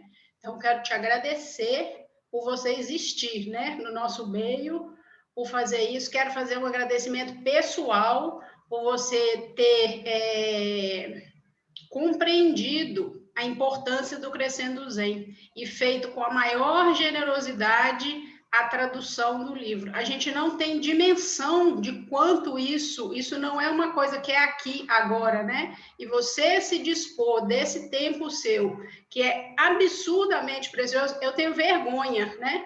Eu fiquei com vergonha depois de você ter feito isso, porque você está tirando o seu tempo pessoal, né, o seu tempo de prática, tirou, né, já para fazer isso. Mas eu quero te dizer isso, né, que isso está dentro dessa dimensão da ação que a gente não tem noção, que o Thich Nhat Hanh fala, né, do quanto isso vai impactar lá na frente. Então, eu quero te agradecer por você ter tido esse olhar. Muito obrigada, viu? Com as crianças e com o projeto, que sua tradução ajude muitas pessoas por aí. Muito obrigada, viu? De coração. Imagina, que eu que agradeço. E é isso, né? A gente vai, talvez, fazer um pouco do que o mestre Yumen falava, né? Que o ensinamento de toda a vida do Buda é uma resposta adequada. A resposta adequada, às vezes, é a não ação, mas muitas vezes é a ação. Né? É a grande discussão, inclusive, que eu vejo muito no budismo no Brasil, né? Que é a história do monge não pode se manifestar, por exemplo, contra injustiças sociais. Pode e deve. E a gente se manifesta. E às vezes tem que falar de forma muito contundente, porque é necessário, né? A gente está falando de sofrimento no fim das contas, né? Se a ação do Bodhisattva é isso, né? A coisa, quando eu falo, o primeiro voto, ele é um convite à ação. Por mais que eu fale de não ação, né? E eu acho legal as suas reflexões, né? De falar desse ambiente elitizado que de fato e quando eu falo, eu tenho a audácia de falar que se eles são inumeráveis e eu vou fazer o voto de salvá-los, é um convite à ação. E acessar, seja lá onde for, né? Eu trabalho num serviço que é muito interessante porque eu tenho pessoas dos mais diversos tipos e perfis, né? Eu tenho um jornalista, gente que trabalhou com o presidente da República, e eu tenho gente que mora no meio de uma comunidade em casa de chão batido, né? Eu atendo filho de traficante. Então, é o perfil dos mais diversos tipos de seres, né? E, bom, eu preciso entender essas pessoas, né? Eu estou ali, porque, de novo, não é sobre mim, não é sobre os meus preconceitos, né? Então, aí tem a coisa a não ação que eu digo, bom, eu talvez vá ter que parar, observar, e o observar ali é uma ação em si, para poder fazer essa mescla de ação e não ação nas mais diversas frentes.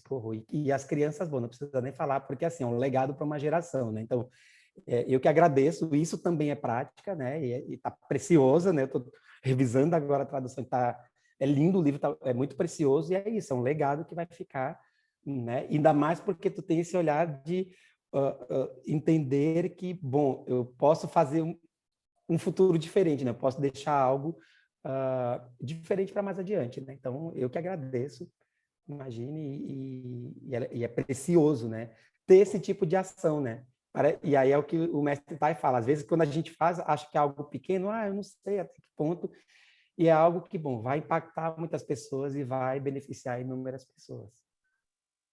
Yaku-san, boa noite. Oi, Ryosan, Elza. você me despertou uma pergunta aí. Essa coisa de estar no momento presente, né? Quando você está com a tua enxaqueca no momento presente, e quando você está com um paciente que no momento presente está em sofrimento, e a gente perde um pouco essa ferramenta de você tem que estar no teu momento presente, né?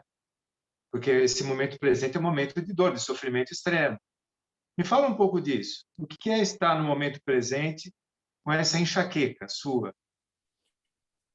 Bom, ela não é nenhuma, ela é pior que uma enxaqueca, viu, Rosan? A minha hipertensão intracraniana, ela virou algo pior, assim, porque eu tive enxaqueca antes do Covid, então eu sei a diferença, então chega a ser pior. O que eu aprendi foi conviver com ela, né? Ela é parte de mim agora. Claro, tem medicamentos para isso, tem que amenizam, mas não some de tudo, né? É uma dor de cabeça tão forte que ela me tira da cama às 3 da manhã, independente de qualquer coisa. Então, o que acontece, Irios, né, que, bom, não é muito, por incrível que pareça, e eu não estou aqui quantificando, mas não é diferente de qualquer sensação corpórea que aconteça durante o zazen, de uma dormência no joelho, de um incômodo no joelho, não é diferente, eu observo isso. Claro que em caso muito extremo, como já aconteceu, peraí, tem que ter ajuda, né, outra, de buscar, enfim, suporte em pronto atendimento. Mas atendendo as pessoas, né, quando a gente fala em dor, né, dor é um sintoma muito complexo, porque, primeiro, eu não tenho nenhum exame que mostre a dor. Alguém pode chegar para mim e falar assim, estou com a pior dor do mundo. Não tem exame que me mostre isso. Essa é uma experiência subjetiva.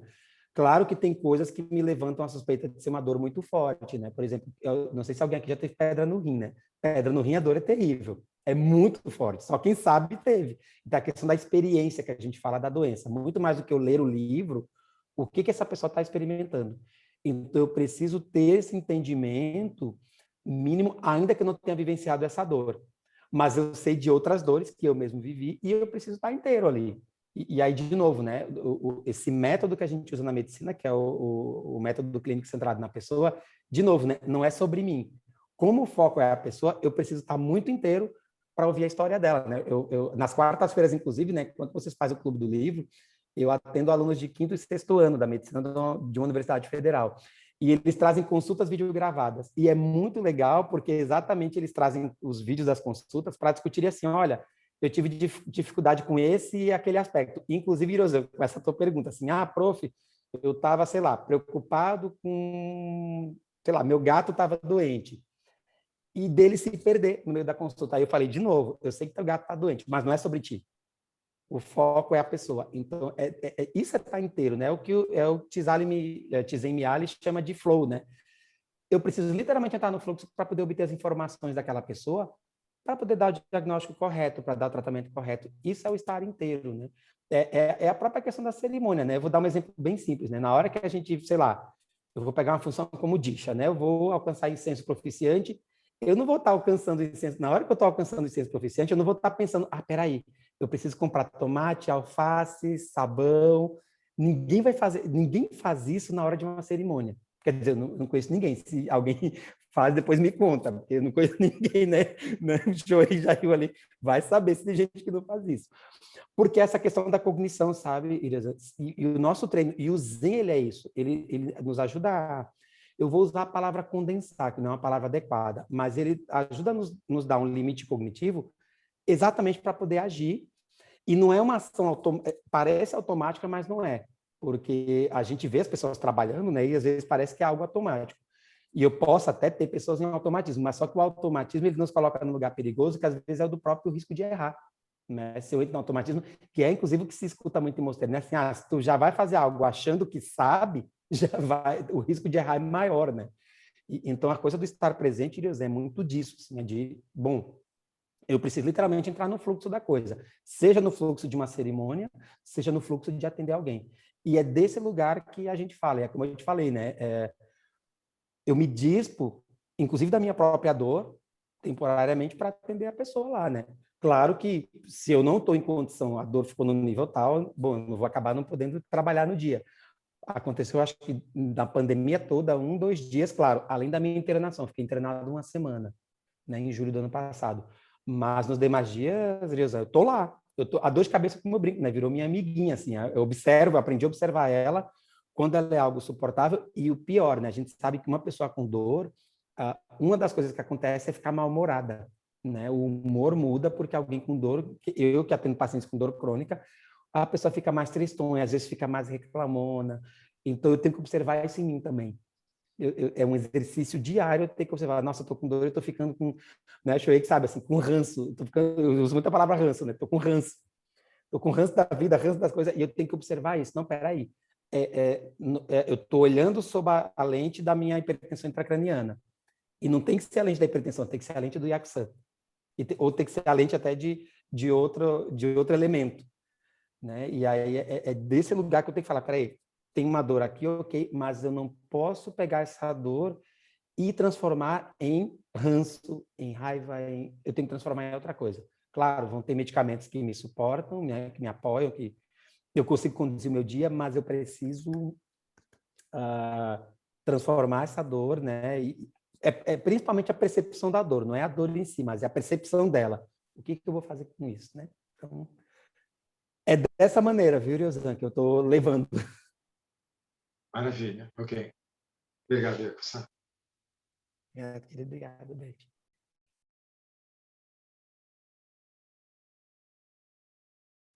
Pode fazer mais uma pergunta? Sei que está aí além do limite do tempo, né? Mas é rápido. Na realidade, é uma reflexão e uma pergunta. Eu vejo que os budistas, né, de uma maneira geral, estão tendo uma preocupação social maior. Né? Eu estou vendo aqui o seu caso. Teve aquela monja, que eu não lembro o nome dela, que teve aqui na leitura também, né, que falou sobre... Não foi acho que não foi na leitura, ela falou sobre o feminino, né, as mulheres no budismo, que foi muito interessante, falou ali sobre as questões sociais, né? Isso foi o outro que eu vejo aqui também, aqui em Florianópolis, o monge Tokushi, que tem uma iniciativa muito bonita aqui também. Então, aqui o pessoal aqui do budismo tibetano também tem uma ação social bastante forte. Então, eu acho que eu concordo que aqui nós estamos num grupo aparentemente elitista, mas eu acho que tem muita gente se movendo. Eu acho isso muito positivo, né? Inclusive o Thich Nhat Hanh. O Thich Nhat Hanh, nos textos dele, inclusive, uma coisa que me chamou a atenção aqui no texto dele é quando ele, na página 194, fala sobre compaixão ativa. Né? Não é uma compaixão passiva. E a minha leitura da compaixão ativa é que eu tenho compaixão e que eu tento resolver o problema do outro. Então, existe uma ação. A minha leitura é que existe uma ação por trás dessa compaixão ativa. Então, essa é a primeira pergunta. A interpretação está adequada ou não? A segunda pergunta, aí foi o que tirou, me deixou como a Raquel, né? Fiquei assim meio fora do ar, é quando ele, na página 181, fala... Primeiro ele fala que a ação hábil surge da base do ser. Né? E ser é não ação. Então, isso me confundiu bastante, né? Porque a ação surge do ser, e o ser é não ação. Então, se o monge puder me explicar um pouquinho isso aí, porque para mim realmente virou a minha cabeça. Eu fiquei, inclusive, eu estou proibindo meu filho de ler esse livro, né? Porque aqui na página 183 fala: não faça nada, não leve nenhuma ação adiante, apenas incremente. Ele já faz isso naturalmente, sem nenhuma prática budista. Então, Mas era só isso. Obrigado. Desculpa aí a brincadeira. Imagina, Cristiano, muito boas perguntas. Bom, Shoei, posso responder então, assim, porque nós temos o professor do Dharma aqui, né? Assim, é muita audácia minha responder na frente do Shoei, mas tudo bem, vamos lá. Fique Compaixão ativa. Obrigado. Como eu falei, eu não estou na fila do pão, então vou responder dentro do que eu estou, dentro daquilo que eu tenho à mão. Compaixão ativa, tá? O conceito acadêmico de compaixão, Cristiano, tua pergunta é bem importante, porque o conceito acadêmico de compaixão, o conceito que a psicologia usa, inclusive, é literalmente a capacidade de tirar alguém do sofrimento, ou não minimizar. Isso é a ação. Ela tem que ser ativa, ou seja, eu sempre falo para os meus alunos, quando se fala em compaixão, e aí a questão que eu falei no início, de que no Ocidente os conceitos são muito confusos, quando a gente fala em compaixão no Ocidente, as pessoas confundem com pena, né? E aí coloca imediatamente a questão da relação de desigualdade. E eu acho que aí é um pouco da provocação que vocês fazem, né? Do elitismo, né? Eu sou compassivo porque eu estou acima. Coitadinho de quem está abaixo. E não é disso que se trata, né? Compaixão, ela é um ato extremamente racional, e o teu raciocínio está correto, porque é isso. É um ato racional e é ativo. Ou seja, eu tenho que mover uma ação, eu tenho que me mover para minimizar sofrimento ou aliviar sofrimento. E eu sempre falo para os alunos, quando eu viro para um paciente, né, no final do atendimento, pergunto, o que mais eu posso fazer por ti? Esse é um exemplo simples de compaixão. E eu não estou colocando nada, não tem nada a ver com pena. Eu estou exatamente me colocando à disposição para ver se tem algo mais que eu possa fazer para aliviar, consolar, curar, né, como eu falei antes. Então, compaixão, sim, ela é extremamente ativa e o teu raciocínio, ele é, pelo menos na perspectiva da psicologia, na perspectiva do que eu entendo por compaixão, do que eu aprendi ao longo da minha ínfima prática, é isso, perfeito. E a questão do ser é não ação, tá? Isso é interessante porque eu falava, né, antes que o Dogen Samar, quando ele fala no Ud, né, que nós somos o tempo, é um pouco isso, né? O ser, ele é não ação. E o que isso quer dizer? Quando eu penso, e acho que aí aqui o Rossan trouxe uma provocação interessante, que eu estou vendo vários movimentos, né, inclusive, é que talvez não seja muito publicizado, mas eu vejo muitos movimentos, né, do próprio Zen, falando muito de nós, né? Eu vejo aqui o pessoal do Vila Zen, por exemplo, né, doando parte da produção, porque tem uma grande área de produção aqui agrícola, eles doam para a comunidade indígena do lado, né? Vocês sabem que agora com a pandemia, muitas pessoas estão em situação de insegurança alimentar. Então, quando tem, né, parte da produção do Vila Zen, né, sendo doada para a comunidade indígena, isso é maravilhoso, assim. Mas o que eu quero falar acerca desse ser, enquanto não ação, é que tem elementos que vão além desse agir, e a ação aqui é perigosa. Eu vou dar um exemplo. Pessoas negras, tá? Vou pegar a questão da raça-cor. Ninguém escolhe a cor da pele, tem uma série de elementos de ancestralidade, e a pessoa nasce preta. E o fato da pessoa ser preta, eu estou usando preta aqui porque é o termo que a militância negra usa, é preto mesmo como empoderamento, é que eles são pretos, a cor da pele é preta. E isso, em tese, não deveria ser um elemento de segregação, de exclusão. Ou seja, ser preto em si é o ato. E ponto. Isso não deveria fazer diferença. A ação é que, infelizmente, a nossa sociedade coloca. E aí acaba ficando perigoso, né? Quando eu excluo, segrego, eu acabo agindo de uma maneira não adequada. Então, o ser é não ação nesse sentido, né? Quando a gente fala, é a grande discussão, né? Eu participo, né, além da questão médica, enfim, né? Eu participo de uma discussão de um coletivo budista que, inclusive, já rendeu várias polêmicas, que discute exatamente as questões da população LGBTQIA+. Porque se fala assim, mas se o budismo ele é tão inclusivo, o budismo ele não se envolve com as questões de orientação sexual e expressão de gênero. Por que falar disso? Porque a nossa sociedade age excluindo, porque, em tese, o ser uma pessoa LGBT é uma noção, a pessoa apenas é. E a pessoa deveria ter, em tese, o mesmo acesso ao Dharma, aos meios expedientes para o despertar, do que qualquer outra pessoa, em qualquer expressão de gênero e em qualquer orientação sexual.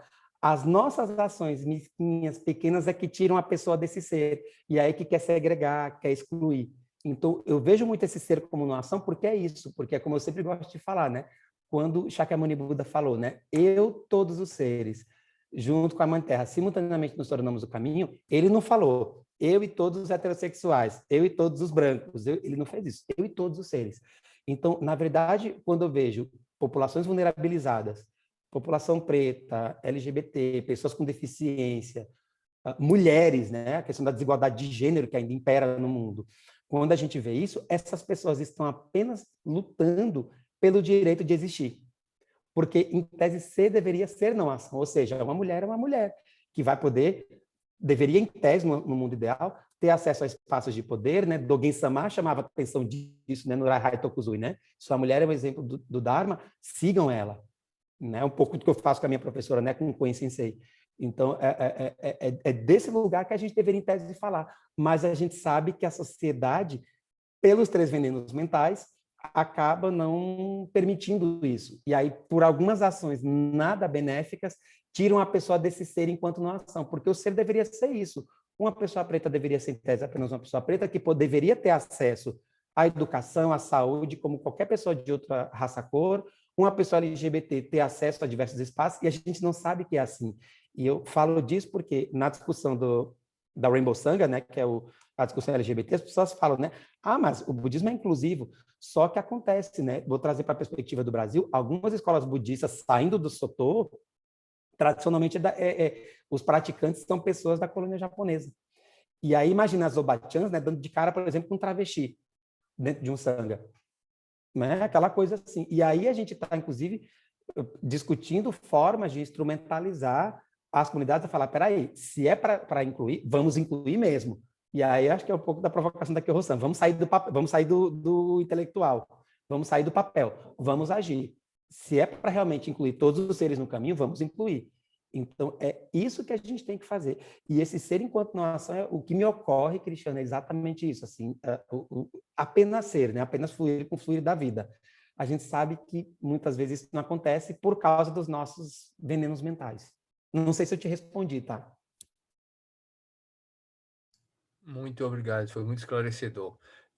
Mais uma coisa para o seu prontuário lá de médico. O pessoal está dizendo, mas você virou budista, virou monge budista, raspou o cabelo. Não, é uma foliculite que foi consequência da Covid. Eu tive Covid também. Então, não tem dor de cabeça, mas fiquei sem cabelo. Tá bem, bom. Muito obrigado, muito obrigado. Obrigado, como eu disse. Muito bom ouvi-lo.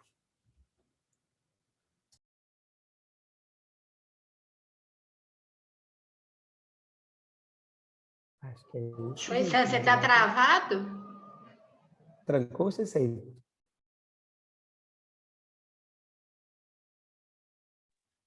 A coluna um pouco, está um pouquinho travada. Fora isso, não estou travado. Alguém teria mais alguma pergunta, alguma colocação para o Yaku-san? Não? Eu queria só colocar um adendo, né? Porque essa parte é muito interessante, né? Quando ele fala assim, a qualidade da nossa ação depende da qualidade do nosso ser. A ação hábil surge da base do ser. E ser é não ação. Assim, a calma, a mente atenta, a qualidade totalmente presente do nosso ser, a qualidade da nossa não ação, já é um tipo de ação nesse sentido. É interessante a gente observar que o conceito que ele está querendo trabalhar aqui é a natureza de todas as coisas, né? É a real natureza de todas as coisas, né? Tathagata-garbha, a natureza Buda de todas as coisas, né? Então, quando nós nos sentamos, e aí eu vou puxar a brasa para nossa escola, porque Chichinahan é outra escola, né? É outro tipo de pensamento, é um Zen Rinzai. Quando a gente puxa a brasa para nossa escola, para o Zen Soto, quando a gente olha essa parte, né? A gente tem que ter atenção ao próprio ato de sentar, né? O próprio ato de sentar em Zen, o próprio ato de Zazen, o próprio ato de Shikan Taza, de apenas estar, é manifestar a real natureza de todas as coisas, é manifestar a real natureza Buda de todas as coisas, né? Então, quando nós agimos nessa não ação, ou seja, quando nós nos sentamos e apenas somos, apenas estamos, esse apenas é um apenas muito poderoso, né? Porque quando nós nos sentamos e observamos a real natureza de nós mesmos, esse movimento de não agir, de não se diferenciar, né? De não buscar uma diferença entre esse eu e esse fora, esse universo, né? Quando você se percebe inteiro, presente, com todos os seres, com todas as coisas, com tudo, esse movimento de não ação é a base do ser. Então, a gente volta para a frase e aí a gente vai ver, né? A qualidade da nossa ação depende da qualidade do nosso ser. Na verdade, talvez a qualidade da nossa ação dependa um pouco da qualidade do que nós entendemos como ser. E a ação hábil, ela surge da base do ser. Ou seja, ela vai surgir não de um entendimento raso, não de um entendimento menor desse ser menor, mas de um entendimento verdadeiro, né? Ou seja, a ação hábil, o meio expediente verdadeiro, no caso da nossa escola, o Zazen, ele surge através da percepção desse ser maior, desse ser grande, né? Quando Dogen ele fala Shinjin Datsuraku, né? Abandonar corpo-mente, largar, soltar corpo-mente. Esse soltar corpo-mente não como uma coisa separada, né? Não como o meu corpo, a minha mente, mas você solta, você vai além até mesmo desse conceito de uma coisa própria, sua, né? É algo muito maior, é algo de uma grandeza maior, de um ser maior, de um estar maior, numa percepção da verdadeira natureza, da realidade de todas as coisas, né? Era só esse ponto que eu queria deixar claro, que a nossa escola, ela trata disso, né? A visão Zen Rinzai, ela também vai tratar disso, mas ela trata de forma diferente. Isso é muito importante deixar claro, né? Muito importante, porque eu gosto muito do Thich Nhat Hanh, ele tem meios expedientes maravilhosos, mas isso às vezes não fica claro, né? Então essa é uma coisa que a gente tem que ter, que é o lastro, que é o norte da escola Soto, que é a nossa escola, né? Essa é a bandeira que eu levanto e defendo, né? Me desculpe, mas eu não posso ir dormir sem fazer uma pergunta. A sua fala me levou à vacuidade.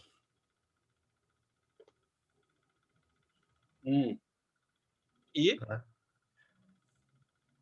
E vacuidade. Então, Nós temos que... Desculpa, a questão do não ser,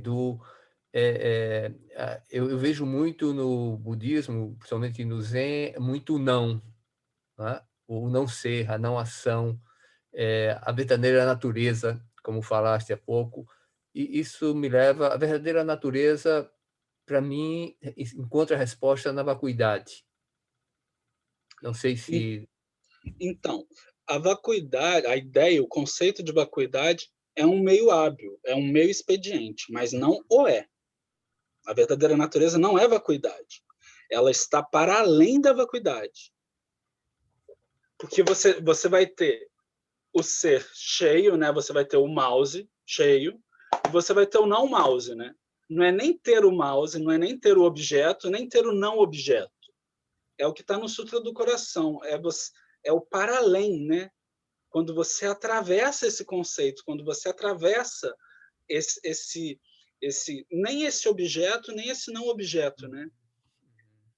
Nem nascimento, nem não nascimento, nem morte, nem não morte.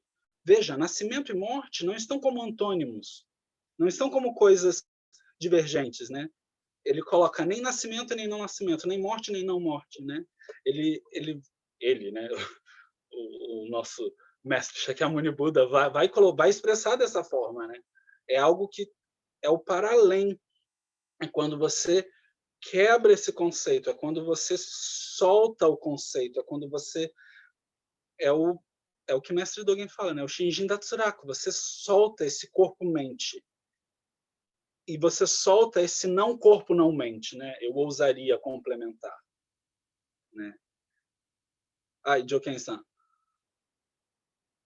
Eu estava falando isso com o Joken-san por mensagem agora há pouco. Desculpa, eu não quero alongar muito por causa do horário. E só para concordar com tudo que o Shoei-san falou agora. E, Cristiano, uma coisa que pode te ajudar a entender melhor, você falou que no Zen você vê muito o termo não, né? O termo além, às vezes é traduzido como também o vazio. Toda vez que você vê esse não, esse além, como por exemplo esse não ação que tem no texto, você troca esse não por antes. A questão da não ação, ela não é inação. Né? A questão da não ação, o que significa isso é antes da mente discriminatória agir. Por que o ser é não ação? Porque toda a forma de existência, como já está nos 3 selos, né, de Dharma, né, a característica dos 3 fenômenos, né? Tudo é impermanente, nada possui uma natureza que seja fixa, né, uma essência que seja fixa, e absolutamente tudo aqui e agora é já a manifestação da iluminação. Então, quando a gente fala de vacuidade, fala desse não, fala dessa negação que aparece no Zen, na verdade ele está dizendo o antes da mente discriminatória agir, né? Então, o ser como não ação, como ele coloca no texto, é a real natureza de todos os fenômenos, né? De originação dependente. Todas as nossas ações, independente de quais elas sejam, né? No Yakusan-san, ele apresentou muito bem os nossos 6 sentidos, né? Tato, visão, audição, paladar, que mais? Olfato e a mente, né? A consciência, né? São 6 vias de entrada, né? São 6 vias pelas quais a gente troca, né? Que a gente recebe informações do nosso entorno, né? E a nossa existência, essa coisa que existe aqui agora, quando a gente fala que é vazia, não significa que ela não existe, não é um niilismo, né? Significa que ela existe por conta da relação com todos os outros fenômenos, independente da gente julgar ou não. O que atrapalha a gente entender isso é a nossa mente discriminatória. Mas independente da gente ter essa mente discriminatória ou não, a existência desse fenômeno aqui, que a gente ilusoriamente fala de eu, ele é natural. Então, essa natureza, antes da intenção, é a não ação, que é a realidade da nossa existência e de qualquer outra existência. Né? É como a gente já coloca algumas vezes, né? Esse barulho aqui, né? A gente pode pegar esse barulho e entender ele, né? A gente coloca ele na nossa cabeça, usa ele na nossa memória, e a gente resgata ele na memória para estudar ele. Mas a natureza desse fenômeno, ele só existe porque existe o nosso ouvido, o nosso senso, nossa, né, a sensibilidade auditiva, existe a madeira, existe a mão, existe o osso batendo na madeira. E esse barulho, ele manifesta essa natureza interdependente de todas as coisas, que é anterior, independente da gente julgar ou não. Então, quando a gente fala o não, a negação e a não ação, a gente está falando, na verdade, da real natureza de todos os fenômenos, anterior à nossa consciência julgadora e discriminatória.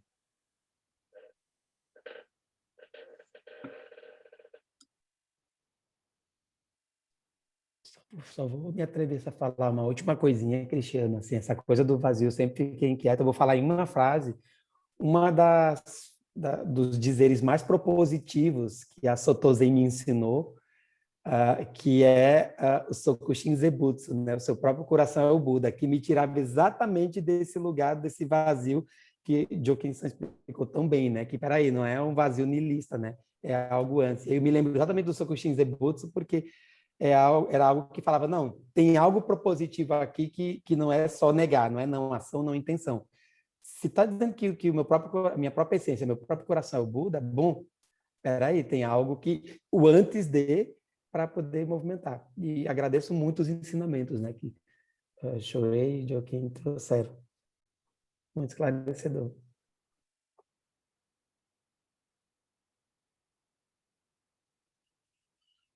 Bem, muito obrigado a todos. Já avançamos aqui bastante no nosso horário. Eu gostaria, mais uma vez, de agradecer ao Yaku-san pela disponibilidade e generosidade do seu tempo, né? E a todos os presentes, se cuidem, cuidem dos seus, cuidem de todos os seres, e vamos sempre tentar. Às vezes a gente não consegue, né? Mas a gente sempre tenta despertar esse Bodhaishin, né? Essa bodhicitta, essa mente que se volta para o Dharma, essa mente que se volta para procurar ajudar os seres, né? Esse sentimento, esse feeling, né? E estejam todos bem, se cuidem, né? Que os méritos de nossa prática se estendam a todos os seres e que possamos todas nos tornar o caminho iluminado. Oferecemos a todos os Budas através do espaço e do tempo, a todos os Bodhisattvas e Mahasattvas e a Mahaprajna Paramita, a Paramita da grande sabedoria perfeita. Eu gostaria só de explicar isso, né? Quando a gente faz esse pequeno oferecimento, nós estamos oferecendo aos 3 tesouros, né? Quando nós oferecemos a todos os Budas através do espaço e do tempo, nós oferecemos essa prática Buda. Quando nós oferecemos a todos os Bodhisattvas e Mahasattvas, nós oferecemos essa prática Sangha, aos praticantes, às pessoas que praticam conosco, né? E não só nossa pequena Sangha, dos que estão presentes aqui, mas da grande Sangha, né? Ou seja, não só esses seres que estão aqui, mas todos os seres, né? Quando oferecemos a Mahaprajna Paramita, né, a grande paramita da sabedoria perfeita, né, a escola Zen, ela é baseada, uma das coisas que se baseia, né, a escola Zen é Prajna Paramita, né, nós somos uma escola de Prajna Paramita, né, nós nos baseamos e estudamos a fundo as questões de Prajna Paramita. E esse é o Dharma que nós transmitimos através de gerações incontáveis, né? Então, só para esclarecer isso, né? Esse pequeno oferecimento é um oferecimento aos 3 tesouros, né? Ao Buda, ao Dharma e à Sangha.